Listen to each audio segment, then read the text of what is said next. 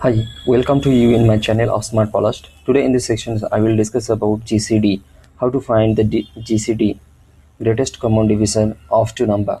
So let's paste the code. Actually I will paste, after that I will explain. If you have any alternative solutions, please put your comment in the comment section below. So it is the code. First line takes the user input as the first number and second number as well. After that I'm using I'm giving solutions with these things of using a function, because you can get an alternative solution also is possible, but here I will use the GCD as a function.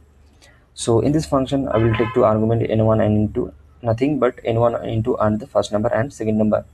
So if n1 equal to 0, then obviously GCD will be the second number, or n2 is equal to 0, then GCD will be the first number. It is also possible that when both number are same, I mean 1 1 2 2 or 0 0, then GCD will be only one number. Here it be can first number or can be second number, anything can be possible. Now if the first number is greater than second number, so what happened, we will recall, I mean recursively we will call the function itself that the GCD return, it will return the GCD of n1 minus n2 comma n2. We are deducting the first values from, we are deducting the first values with, subtracting with second one. When the first one is greater, then what happened, when the second one is greater, then we will do the opposite thing. So first one will be remain same and the second value will be deducted from n1, I mean the first values. Okay, after that we'll get something. Okay, any of those conditions will be satisfied. If this any of this condition will be satisfied, so I'm writing a if condition. If any of this satisfying condition, then print the GCD of n1 and n2 is the GCD of n1 and n2. Else print the given number n1 n2 is not found, GCD is not found. So it's possible. So let run the code. After that explain this one. So it is asking for the first number, so give the first number like 6 and give the second number anything. Give the second number as 24. So it is showing that GCD of 6 and 24 is 6. How it is working, let's see. Because n1 and n2 are not 0, so this condition will not satisfy, and both are not equal also, so it is not satisfying. Now n1 equal to n1 greater than n2, no, this condition is not satisfying as well. So this condition is satisfying, so where n1 is small and n2 is greater, because n1 is 6 and n2 is 24. So what happened in this case, GCD will takes the values of 6 first as well, and the second value will take as second minus first value. I mean second one is 24 minus 6, 18. So now these two values goes as here 6 and 18. Okay, 6 and 18, those two values are goes at here and passing the as argument.